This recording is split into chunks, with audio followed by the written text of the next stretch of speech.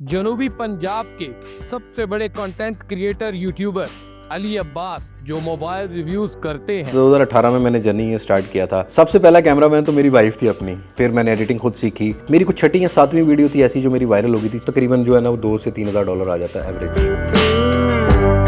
तो सबसे पहले मुझे ये बताइएगा, आपके चैनल का नाम मास्टेक है। जी, मेरे मास्टेक ये बड़ा यूनिक नाम है, और ये कहाँ से पड़ा? यार, मास्टेक के पीछे पूरी स्टोरी है, मेरी फैमिली की भी स्टोरी है। लेकिन सबसे पहले इस नाम को रखने की वजह है मोहम्मद अल्लाह सुपीरियर। MAS से मोहम्मद अल्लाह सुपीरियर बनता है। और अगेन मेरे घर में मेरे वालिद साहब, मेरी वालदा, मेरी वाइफ, मेरा नाम, हम सब का नाम जो है ना MAS, इनमें ज़्यादा MAS ही यूज़ होता है। बच्चों का भी मेरा ऐसा ही है।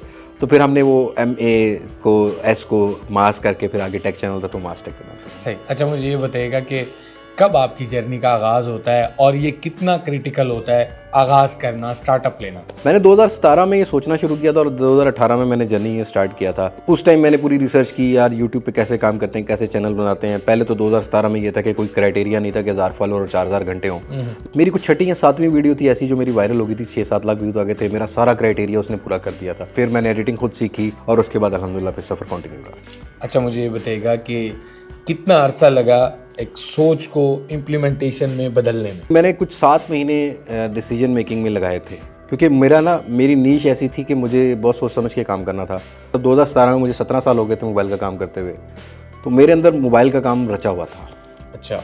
तो मैंने कहा मैंने और कोई फील्ड नहीं चूज़ करनी। 18-20 साल मोबाइल फील्ड को आपने दिए, अभी भी मोबाइल शॉप रन कर रहे हैं? मेरी 2 शॉप्स हैं बेसिकली। वाह। फैंस बहुत आते हैं अल्हम्दुलिल्लाह, बट मेरी ये कोशिश होती है कि मैं अपने सोशल मीडिया पर एज अ मास्टेक ही काम करूँ, एज अ टेक रिव्यूअर ही काम करूँ। ये 1 मिलियन की जर्नी कैसी रही? कितनी मुश्किल थी, कितनी क्रिटिकल थी?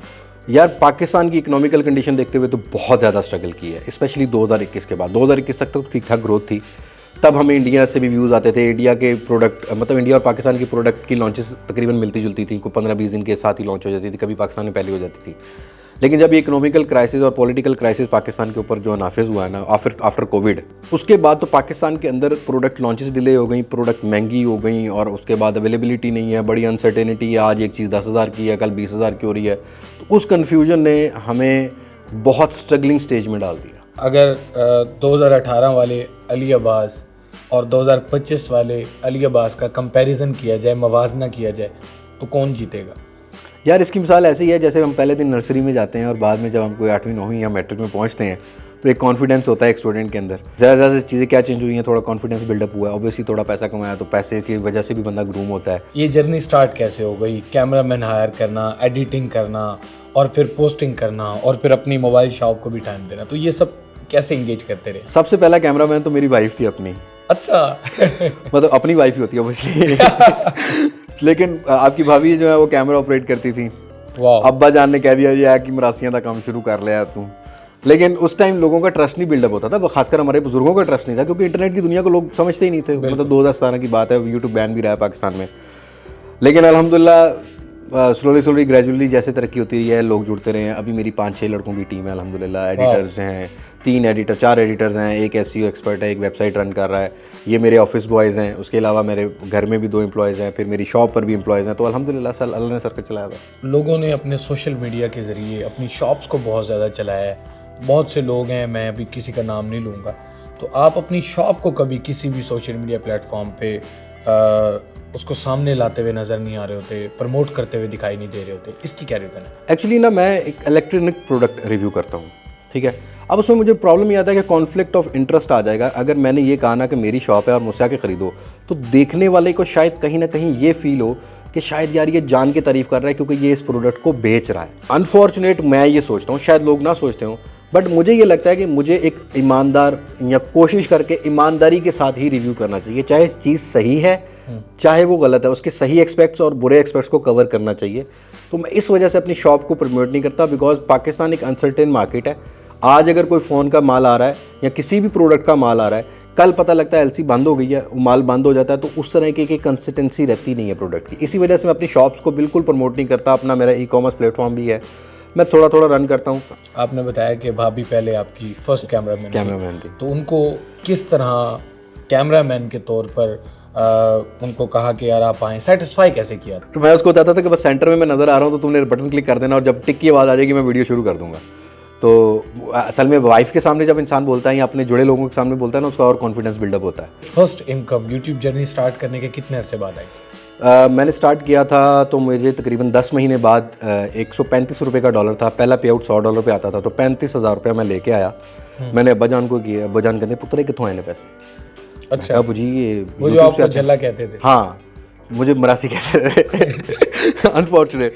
लेकिन मैंने जब दिए तो अबू कहते पुत्र हलाल दे, पक्की गल है। यूट्यूब से सोशल मीडिया प्लेटफॉर्म्स के थ्रू ऑफिशियली, ये मैं रिव्यूज़ की बात नहीं कर रहा और पेड कंटेंट की बात नहीं कर रहा, कितनी इनकम जनरेट कर लेते देखिए, अगर मैं सोशल मीडिया के मोनेटाइजेशन की बात करूं तो तकरीबन जो है ना वो $2,000 से $3,000 आ जाता है एवरेज ऑल ओवर। अगर मैं रिव्यूज़ वगैरह की, अगर पेड कोलैबोरेशंस की बात करता हूं तो मिक्सअप करके मैं कुछ 2.5 मिलियन करीब अल्हम्दुलिल्लाह पर मंथ अर्न कर लेते हैं। मेरा नहीं ख्याल कि कोई भी कंटेंट क्रिएटर कभी भी एग्जैक्ट जो अमाउंट जो इनकम जनरेट कर रहा होता है वो बताता है। नहीं, अल्लाह का शुक्र है, इसमें कोई शर्म वाली बात नहीं है। हमारी नबी पाक सल्लल्लाहु अलैहि वसल्लम ने बताया कि तुम अच्छा कमाते हो तो अच्छा खाओ, अच्छा खर्चो, अच्छा लोगों के काम आओ। आज 2025 में किसी भी यंगस्टर्स को, नौजवान को, किसी को रिकमेंड करेंगे कि वो यूट्यूब को एज अ बिजनेस ले या अपने बिजनेस को स्किप करके यूट्यूब पर आ जाए प्रॉपरली? देखिए फैसल भाई, मैं कभी भी किसी को ये मशवरा नहीं दूंगा कि अपना बिजनेस स्किप करके जो है ना तुम बिल्कुल रिलाई करो सोशल मीडिया पे।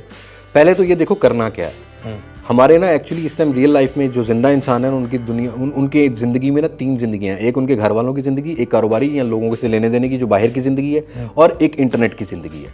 इंटरनेट की ज़िंदगी बहुत शॉर्ट टाइम में आपको ग्रो भी करेगी, पैसा भी देगी, बहुत शॉर्ट टाइम में आपको गिराएगी भी। तो सिंपली देसी लैंग्वेज में ये है कि अगर आप एक शरीफ आदमी हो तो प्लीज़ आप शरीफ ही बने रहो। फ्यूचर के क्या गोल्स हैं, क्या समझते हैं आपके जो व्यूवर्स हैं, कहाँ देख रहे हैं आप? व्यूवर्स की तो एक्सपेक्टेशन बहुत हैं, बट अनसर्टेनिटी मार्केट की भी बहुत है।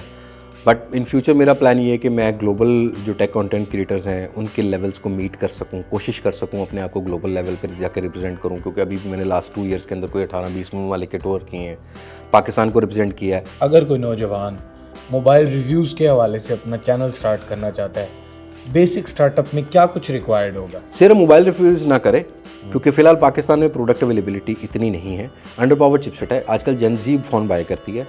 कोशिश करे कि AI पे कंटेंट क्रिएट करे, कोशिश करे कि एडिटोरियल ये जो एडिट के ट्यूटोरियल्स होते हैं ये डाल के थोड़ा सा चैनल ग्रो करे, साथ के साथ प्रोडक्ट रिव्यूज़ करे।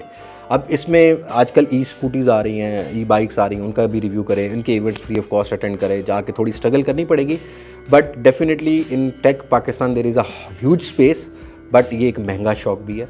अगर पैसे हैं तो फिर इस चीज़ पे आना। पेड कंटेंट भी आता है? पेड कंटेंट तो अल्हम्दुलिल्लाह आता है। तो कभी किसी व्यूअर ने, सब्सक्राइबर ने आकर कहा है कि अली भाई आपकी रिकमेंडेशन पे फ़ोन लिया था और मेरा नुकसान हो गया?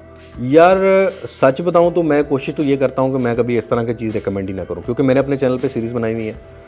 हाँ, अनबॉक्सिंग बहुत सारी कोलैबोरेशन में हो रही होती हैं, तो मैंने मेरे जो रेगुलर ऑडियंस है उनको पता है कि अनबॉक्सिंग जो होती है वो it's a showcase of a product कि ये लॉन्च हुई है। ये कोई ओपिनियन वीडियो उस तरीके की नहीं है, रिकमेंडेशन नहीं। हाँ, रिकमेंडेशन नहीं, ऑब्वियसली उसमें रिकमेंडेशन नहीं होता ना। उसमें मैं स्टार्ट में बोलता हूँ कि भाई ये फ़ोन लॉन्च हो गया, इतने पैसे हैं, आइए देखते हैं क्या ऑफर करता है, बस। अच्छा ये बताइएगा, 1 मिलियन जब आपके सब्सक्राइबर्स मुकम्मल हुए थे, कैसी सिचुएशन थी उस वक्त, घर में क्या मामला थे, आप खुद कैसा फील कर रहे थे? यार जब मैंने चैनल बनाया था ना फैसल भाई, मैंने ये सोचा था कि मेरे जब भी 1 मिलियन पूरे हों, देखो उम्मीद हमेशा अल्लाह से बड़ी की करनी चाहिए, तो 1 मिलियन जब भी पूरे हों तो मैं अल्लाह के घर के आगे खड़ा हूँ। मेरे लिए सबसे बड़ी खुशनसीबी ये होगी कि मेरा अल्लाह के घर के आगे सजदा गो हूँ। वाह, पता नहीं कैसे हो गया, बरल हुआ कि 1 मिलियन पूरे हो रहे थे और मैं तवाफ के तीसरे चक्कर में था। मैं ये चाहूँगा कि हम आपका जो ऑफिस है वो भी देखें, जो आपका रिकॉर्डिंग रूम है वो भी देखें। ज़रूर। तो फैसल भाई फ़िलहाल ये हमारा हॉल है, हमने बेसमेंट में बनाया, तकरीबन 10 मरले में है, लेकिन अभी फ़िलहाल अंडर कंस्ट्रक्शन है। इस हॉल में हमने ये एक यूनिक चीज़ जो है ये दिखाई है, छत। ये मैंने ना सीलिंग में बनाई है, इसके नीचे प्लांट्स लगने हैं। ये इस तरह जैसे भी हमारी लाइट सॉफ्ट पड़ रही है, इधर बैठ के हम पॉडकास्ट सेटअप वगैरह भी बन सकता है। अच्छा। मतलब वो सारी चीज़ें भी फ्यूचर मतलब पॉडकास्ट भी, अब मतलब मेरा इरादा मैं अंदर भी आपको दिखाता हूँ। तो इसमें एक हमारा ये बेडरूम है, बेसिकली मेहमानों के लिए रखा है इसमें स्टूडियो में, लेकिन अभी लकड़ी का काम थोड़ा चल रहा है। और ये है हमारा एडिटिंग रूम। ये अभी हम लोग इधर 1-2 दिन पहले ही शिफ्ट हुए हैं। सही। अब इधर हमारे पास एडिटर्स हमारे होते हैं, हमारी रिसर्च चल रही होती है। अच्छा, इस पीसी के साथ भी कुछ रिकॉर्डिंग्स मैंने देखी हैं शायद? जी, हमारी इस पीसी के साथ भी रिकॉर्डिंग है। बेसिकली यहाँ इरफान भाई होते हैं, मेन पीसी उनका ही है। वाह, कितने एडिटर्स आपके पास है सर? मेरे पास 4 एडिटर्स हैं, 1 इंटर्नी है, 3 मेन एडिटर्स हैं। अभी स्टूडियो की तरफ चलते हैं। जी, ये मेरा स्टूडियो है अल्हम्दुलिल्लाह। सही है, गरीब खाना है ये हमारा। ठीक है। स्टूडियो वैसे जो ओकेजनली होते हैं वो पोर्टेबल ही होते हैं, थोड़ी सी चीज़ें पोर्टेबल ही होती हैं, सारी चीज़ें इधर उधर अभी हिलानी मेरा पड़ती ख्याल है हैं। अभी सेटिंग चल रही है। ये आज हमारा ये बना है, ये हमने पॉडकास्ट सेटअप बनाना है बेसिकली। वाह। ये एक टेबल है, ये पाकिस्तान में नॉर्मली जल्दी मिलते नहीं होते। अच्छा। ये मुझे कराची से मिला था। इसकी जो है हाइट वगैरह हम खुद एडजस्ट कर सकते हैं, जिसको जितनी मर्जी हाइट पे ले जाएं। ठीक है। तकरीबन इसकी ना 5.5-6 फुट हाइट आ जाती है। और जो मोबाइल रिव्यूज हैं वो भी इसी बैकग्राउंड। अभी इस बैकग्राउंड में हमने स्टार्ट नहीं किया। अच्छा, नहीं किया। ये हमने इस तरह बनाया है कि जैसे शादी ब्याह पर जाते हैं ना हम लोग, किसी इवेंट पे Stage जाते हैं तो होता एक स्टेज होता है, तो ये स्टेज हमने बना दिया। हमारे सोफेज यहाँ पर आ जाएंगे, हमारा एक चैनल है अलग से, उसके ऊपर पॉडकास्ट वगैरह सिलसिला भी शुरू हो जाएगा। ये कलर्स हमने इस तरह है कि हर वॉल का डिफरेंट रखा हुआ है। बैकग्राउंड प्रॉप्स हैं। अब ये ग्रे लाइट का ग्रे वाले टेक्सचर का सबसे बड़ा एडवांटेज ये होता है कि इसके अंदर आरजीबी लाइट डाल के कोई भी कलर हम कर सकते हैं, इसको जिस मर्जी कलर का बना सकते हैं, डल ब्लैक हर चीज़ करना हो। अच्छा, कैमराज की अगर बात करूं तो क्या कॉस्ट होगी कैमराज की? जब हमने शुरू किया था तब तो एक मोबाइल फ़ोन से शुरू किया था, फिर मैंने कुछ 7-8 महीने बाद एक पहला कैमरा लिया था कैनन का D750D। उस टाइम मुझे वो 45,000 का पड़ा था। फिर उसके बाद मैंने स्विच किया पैनासोनिक पर। लेकिन अब अल्हम्दुलिल्लाह जो कैमरा इक्विपमेंट है, 2 कैमराज हैं, एक तो यहीं कहीं लगा होगा, ये जैसे ये पड़ा है, ये है हमारा कैमरा, ये A7 III है। वाह। ठीक है। अब कैमरा की बॉडी अलग होती है और इसके ना ज़्यादा जो कॉस्ट आती है ना वो कैमराज के ऊपर लेंस की आती है। लेंस की आती है। जैसा कि ये 50 mm आप देख रहे हैं, अगर ये मैं सोनी का अपना लेंस लूँ तो 4 लाख रुपए का है। बट ये मैंने ओपन मार्केट में जो आते हैं सिग्मा वगैरह के, मैंने वो बाय किए हुए हैं, तो ये तकरीबन 2-2.5 लाख रुपए के आते हैं। इसमें मेरे ये जो माइक हमने लगाए हुए हैं, माइक आ जाते हैं। ये ट्राईपॉड 12-15 हज़ार का आता है, पाकिस्तान में चीज़ें महंगी हैं। लाइट्स आ जाती हैं, तो टोटल ऑल ओवर तकरीबन 25 से 30 लाख रुपए का इक्विपमेंट है जो हमारे स्टूडियो में एग्जिस्ट करता है सिर्फ हमारे रिकॉर्डिंग प्रोसेस में।